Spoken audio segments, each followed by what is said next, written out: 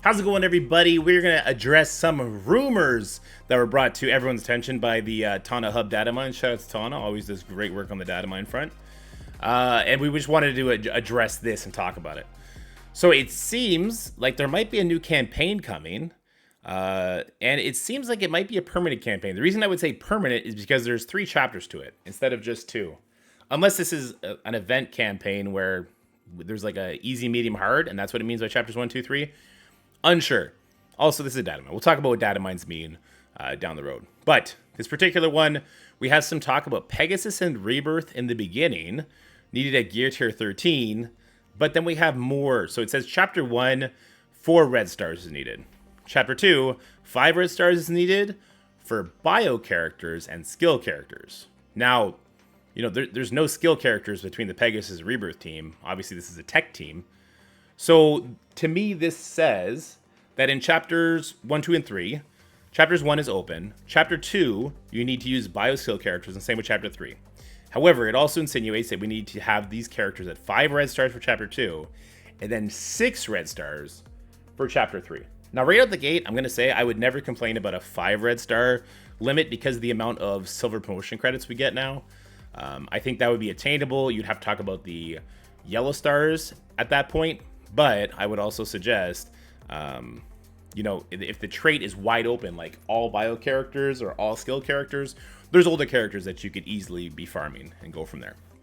So there's a couple of things I want to touch on when discussing this rumor. Let's talk about the Red Star economy. They've done a lot to increase the amount of gold promos we get and the amount of elite orbs we get. So first things first, this is the Strike Pass. We're not talking about the premium. We're going to be talking about this from a free-to-play perspective as far as the gold, promo gold economy. Well, we'll just say out the gate, if you're a spender, you are swimming in gold promos right now. From the first calendar, that was 2,000 gold, and then from the most recent one, which was 3,000 gold promos, I'll show you, I actually bought that calendar, because I'm a dirty whale, apparently. And we're actually almost at the end, but I also have 1,000 gold promos that I have not yet used. But on the free-to-play side, they have upped the amount of gold promos at the very end. I believe this used to be either 5 or 10. It's now up to 15. Not a huge difference. And then the premium side, I believe that was 20. It's up to 50. So spenders are definitely getting a lot more gold promos. But another avenue where they're giving you guys, or giving us guys, a lot more availability to these higher orbs is in the events. So this is the new Avengers event. I think it ran for like a month. There's 10 days left on it. If you didn't have Coulson built and you didn't have Thing built, and then you get Ronin unlocked, you get Mockingbird unlocked, and hopefully we get Tiger unlocked in this time. I don't like that it seems Tiger is not going to be available free to play until this is over. But if you're building up those characters, I think it's possible to get this 6-star. Maybe it's not. Maybe it's completely out of whack. It does seem like that's a giant jump there. But there's other events that are free to play completable. When we're looking at this Ronin event, on the second last milestone, there is 150 gold promos. Now, is this easy free-to-play completable? No. You would have had to hoarded a bunch of cores, went super hard on the energy front of this, because obviously you wouldn't have, if you're free-to-play, 7 red star, beta ray bill, and I believe it's Sylvie. Maybe we just check that real quick while we're here. Yeah, it's Sylvie and beta ray bill. You wouldn't have that. Maybe you wouldn't even have them at 5 stars, even though they've had some passes. It's completely possible, but through insane energy spending via cores, you could get there. It's theoretically possible. And then when they had the event like Top of the Tribunal, we just did this event with Scotty. It looks like I can claim it already.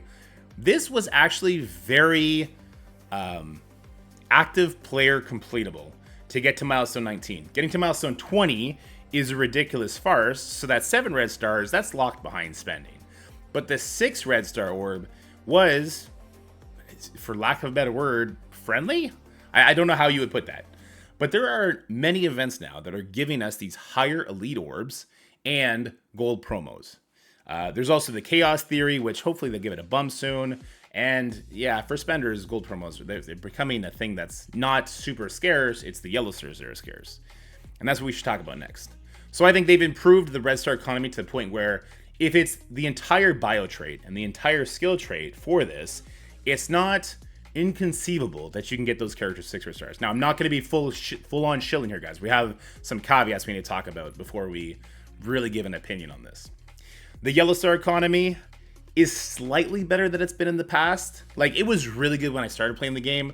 When Moondragon came out, I blitzed my eyes off, and I ended up getting a 5-star free-to-play. That is not possible now.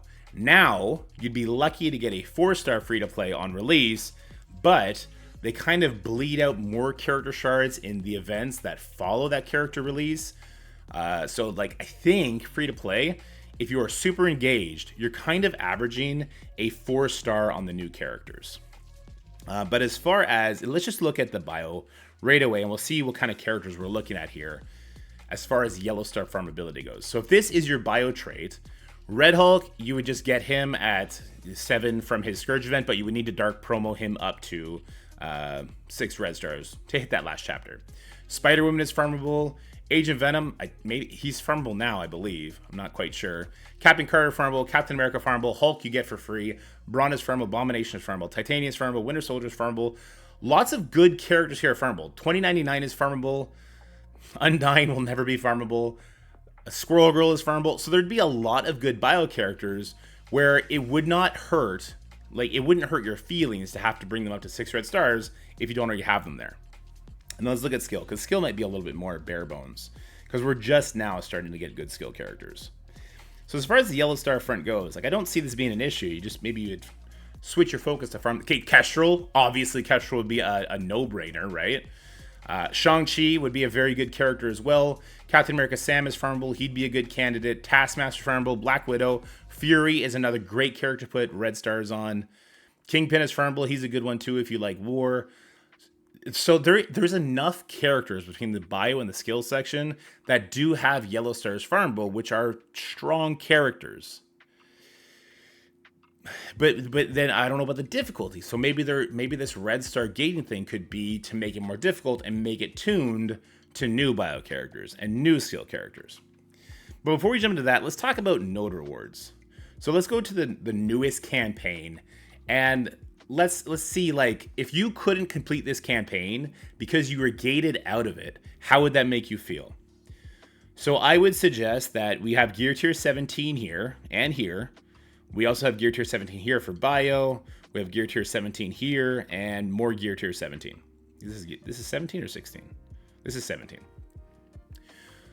I would suggest that at this point in the game, now that gear tier 18 is the new, gear tier 17 should be not gated. It shouldn't be gated behind like new content. When if a campaign were to come out tomorrow that had gear tier 17 on it, I would suggest that should be available to the mid-game players so that they can catch up to their Apocalypse goals, right? I don't think that should be as gated as it was for those of us that were playing when Apocalypse came.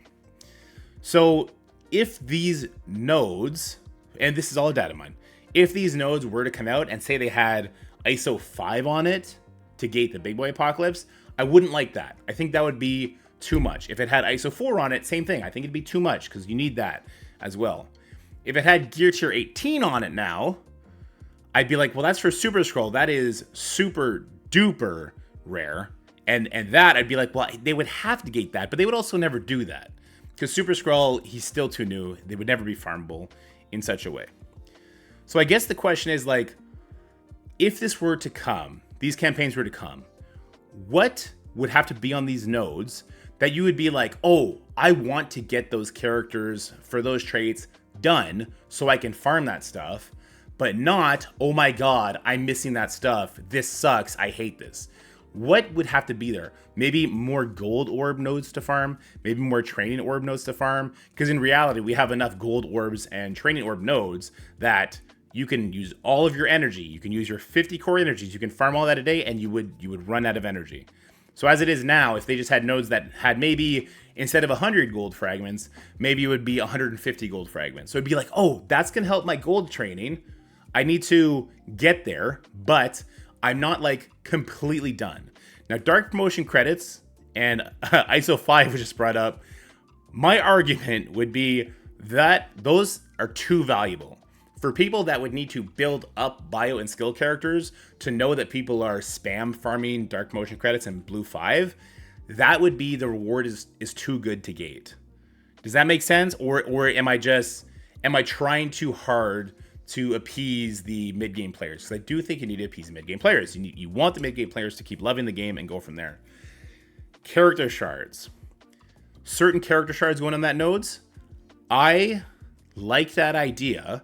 It would have to be luxury characters, though. It can't be the new raid characters. Like, I wouldn't want to see Bucky Barnes thrown on there. I would love to see, like you brought up Zombie Iron Man. Zombie Iron Man would be a good character to put on nodes like that are gated, because Zombie Iron Man is a war character. He's a crucible character. He's not an arena character. He doesn't get your cores. He doesn't get your raid teams, but he is an amazing prize. And he does work at low stars. So if you already have him, you're like, it's going to be awesome to farm him later, but I have him now and he's doing what he does. So I think that would be an okay reward as well. All right, so let's move on. The idea that they're going to gate behind red stars begs the question, is this going to be what we currently have? So let's jump into one of the newest nodes right now. I'll jump into the second to last, because I only have enough energy to do that. And I'm just going to throw full nowhere at it. Okay, it's a 1.6 million team. This is sort of the slightly above average for what a lot of endgame players have. A lot of endgame players teams, they're kind of going up to 1.2 million, because if you go to 95, it's a huge power increase. When this campaign came out, this is what I did. I put whatever, actually, no, this is not what I did. I should go back and show you guys what I did, because what I did is I had my 2-year-old toddler on me, and I let him pick random characters from the list, and I just said, go ahead, hit buttons, and do your thing. And he did the entire campaign for me. We did that on stream. In fact, I'm gonna have to go to that VOD, pull that, and add that right now. All right, guys, we're here, and we're tackling the newest campaigns, and I just want to say they were so difficult. I needed to bring in my pitch hitter pilot. This guy is the reason I am super highly ranked in Crucible, or at least I was before Super Skrull Secret Defenders. He's the reason I win 99% of my war battles, and he's the reason why he also makes all the videos for me. Isn't that right, Lucas? Yeah, you got to tap the button. You don't hold it. Just tap, tap, tap. Tap that one right there. Tap, tap, tap, tap. All right, so we're here to comment on the difficulty. Yeah, I know, they're all great. Yeah, keep tapping it, keep tapping it. We're here to comment on the difficulty of these new campaigns, and I just wanted to reach out to you guys. Yeah, keep going, buddy. Is that mama? About how you feel. Oh, don't slap it. We wanted to reach out about the difficulty of these campaigns. Like, they're pretty hard, but at least we get to farm good stuff when we get them, right? So how do you guys feel about these campaigns and the difficulty level? Let's field questions from chat. All right, so we just did that. So this was not an engaging thing for me. I did it because I want more nodes to farm of certain origin pieces, you know, an extra gold node to farm instead of farming gold and training materials was nice, but I didn't have fun doing it. If you remember back in the day, there was really challenging campaigns, and maybe you weren't here for it, but it was really fun when we were, was this the node here? This is the node here. This was the Mystic campaign. That Thor, Mordo, and Hawkeye combination was so challenging. That Thor laid waste to your team. There's a Wolverine node where Wolverine was like the only character, but he would solo your team. And it was a fun challenge to work through, had to actually strategize. And then when you beat it, or maybe you had to go look up a guide for it, like I used Worst Effing Gamer. He helped me get through the Thor node. And when I beat it, I felt accomplished. I was like, oh, this is awesome. I just beat the Mystic node. This is great. I think it was a different character was farmable then. It wasn't Kate Bishop. She came out like years later. But I missed that feeling when new campaigns came out. Same with the challenges. The most recent challenges we had, the ISO challenges, it was literally put 5 teams on, put 5 characters on, hit auto, walk away. There's pros to that and there's cons to that. The pros are to what we were talking about a little bit earlier, where it's like you don't want to gate the materials that shouldn't be gated at this point in the game. So Gear Tier 17 on the most recent campaign, I don't think these materials should be gated to the end game players. This should be available to mid game players. But a thing like challenges where you're just getting a little bit more origin, I think that should be gated behind strategy, power, maybe some new characters eventually come in and they make it very easy. Like when we first had the Blaster challenge, it was really difficult because we had to use characters like Electro, Falcon, We had Black Bolt there, but we didn't have characters like, we didn't have Kestrel, we didn't have like Nova, we didn't have those kind of characters. Now, if you were to go into that challenge, you would throw in those new characters, you'd hit auto, and it wouldn't really matter how big you built them. So I miss that. And if this sort of gating is to help reinforce or just reinstate, sorry, that type of challenge, that type of like theory crafting, problem solving, then I think this could be really good, as long as it's not like, if you're missing out on it, it's dumb and it's going to take you so long to get there. So I mean, like, increasing the gold promo economy would be another thing they could do, and then they probably have to increase put in a new progression system, something like that. So like, if this brings fun because they can gate you from using certain characters in a certain way, that'd be okay. We're going to talk about, is there a better way to gate it in a little bit? Because I think there is, and then Pathfinder brought this up, and so did Dace. So I want to give them their flowers for bringing that up, but we'll talk about that in a little bit. So then, let's kind of break down a little bit of what we've spoken about so far. Would Chapter 3, 6 red stars on bio characters and skill characters be manageable for free-to-play and for free-to-play casual players? I'm going to say yes. I'm going to say simply due to the sheer size of the bio trait and the skill trait. We already went over it. I would suggest there's enough characters here that are farmable, and with the gold promo economy the way it is right now, bringing 5 characters up to 6 red stars, it would probably take you 2 to 3 months, but it wouldn't destroy your progression everywhere else. And then you would pick and choose some characters that you want to bring up there, and you can go from there. You would have to be not casual though. You would have to go super hard on the events. You'd have to notice an event like Ronin is coming that has 150 gold promos. You'd have to make the decision in your head and commit to it. I'm not spending cores for the next week or 2 weeks. And you would have to get those gold promos and use them accordingly. Let me read what Ruvar said here. The gap between 65, 80, 95 is so big. How do you make something challenging for 95 million TCP without destroying everyone else? Older players need to understand that they are never going to get a challenge from campaign nodes. Instead of trying to make them fun, ask for tower more often, which is where you'll find that challenge. I'm gonna push back on that and say that every single thing that comes to the game should be fun for all players. And it should not be to the detriment of others to a certain degree. So, if Chapter 1 is gated behind 4 red stars, that is highly manageable. Even Chapter 2 gated to 5 red stars, that is also highly manageable. We're still talking about silver promos. It's when you get to Chapter 3 and you're looking at the gold promos that it starts becoming there's a little bit of investment there.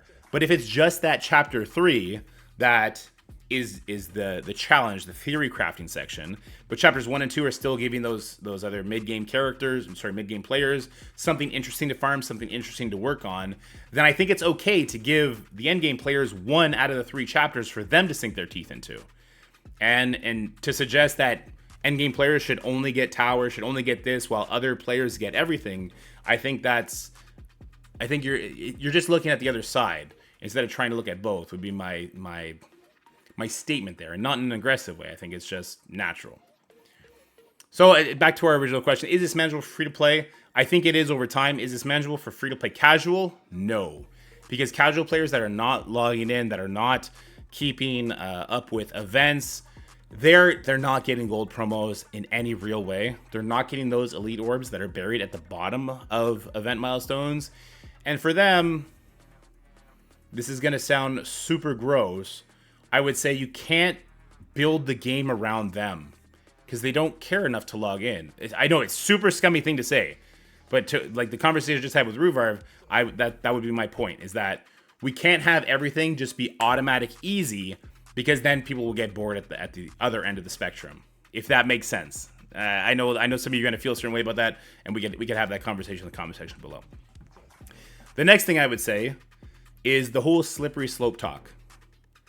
7 red stars would be a bridge too far for me, and that would be it wouldn't just be like, oh my god, it's 7 red stars, this is so stupid. No, that would be a breaking point where we would give feedback on that, and if they stuck to their guns, said no, they have to be 7 red stars, it'd be like, buy Envoy program. I think a lot of people would end up leaving the Envoy program if they went that far, especially if they did what they did in the last Doom campaign that we had, so the Doom War campaign, where we had very specific traits, like for these last nodes, you can't see it because it's hidden by the chat there.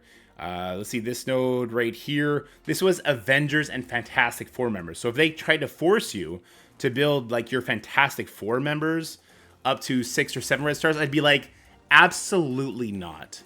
Not even like if you rework this team, it'll feel better. No, just absolutely not. Because the investment to bring an entire 5-man team or just 5 characters from 3 different teams, is astronomical, and it's going to completely peel away from what you're doing elsewhere.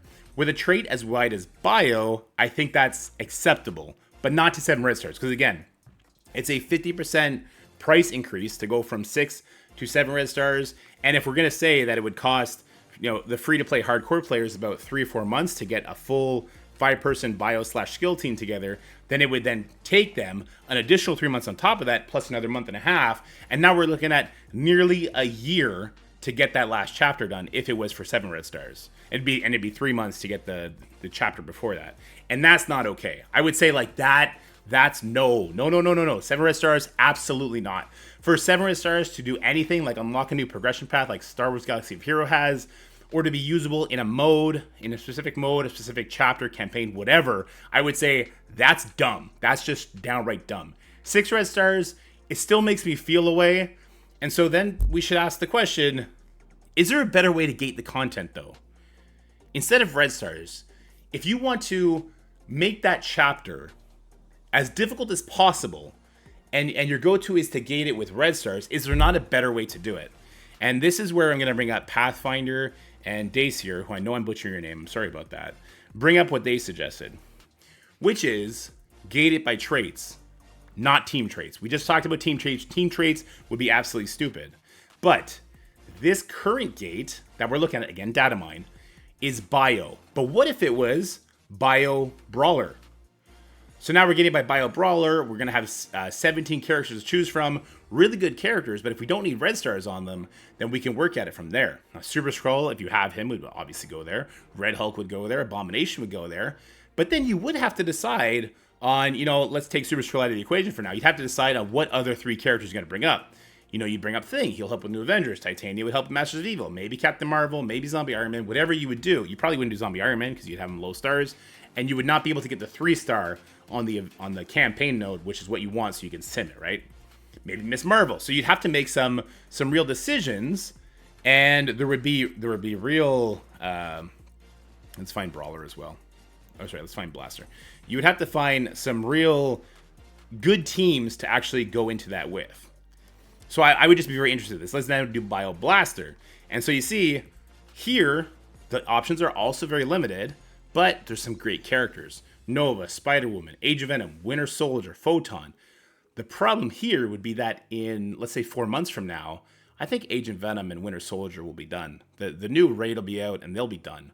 But maybe Electro will be back into the meta because of a Sinister Six rework. Maybe we'll get Inhumans rework. Maybe we'll finally get a Fantastic Four rework. And so I think that, again, props to Pathfinder Dacier for bringing it up right away, that is the better way to gate content. Make it super hard and tailor it to dual traits, not team traits, origins, and what would you call that, class, ISO class. That would be the better way to gate it. So although all the conversation we've had up to this point, I'm going to suggest that the 6 red star wouldn't be the end of the world if the rewards weren't shit and the rewards weren't too good. They would have to be that perfect middle ground. We were talking about orb fragments, maybe some sort of luxury characters, stuff like that. That would be okay for me. And the 6 red stars would at least give them the option to make it very difficult for players to get through it. And I like the idea of the challenge. But this would be a better way to gate it. Anyway, we've now rambled on for 23 minutes. At the end of the day, this is a data mine. We just had the data mine for Alpha 5 that got completely kiboshed. Whether that was in the works and then they kiboshed it based on feedback or whatever the case may be, just know this is a data mine. This is not set in stone. I've asked, and I've not been told an answer yet, if this is actually a thing. So maybe it's not a thing. But let me ask you guys, because I'm basing the validity around this type of idea around what the rewards would be. So what rewards to you guys would make you feel like this is acceptable. So again, my parameters for this would be not garbage, so you don't care about it, but not too good that those who can't do it right away are like, oh, I'm screwed. Let me know in the comment section below, and as always, have yourselves a wonderful day. Again, big shout out to Dacier and to Pathfinder, to everyone in chat. Ruvar, I do think you had an interesting point there, and that is a fine line to straddle between making sure that things are rewarding and fun for everybody that plays on the spectrum of Marvel Strike Force. I think that's something very important to take into account, and you guys should comment on that in the comment section below as well. Have yourselves a great day, and we'll talk soon. That's it for the video, guys. I hope you enjoyed it. If you did, make sure you like, share, and subscribe. Stay happy, healthy, have fun, and I'll see you in the next one.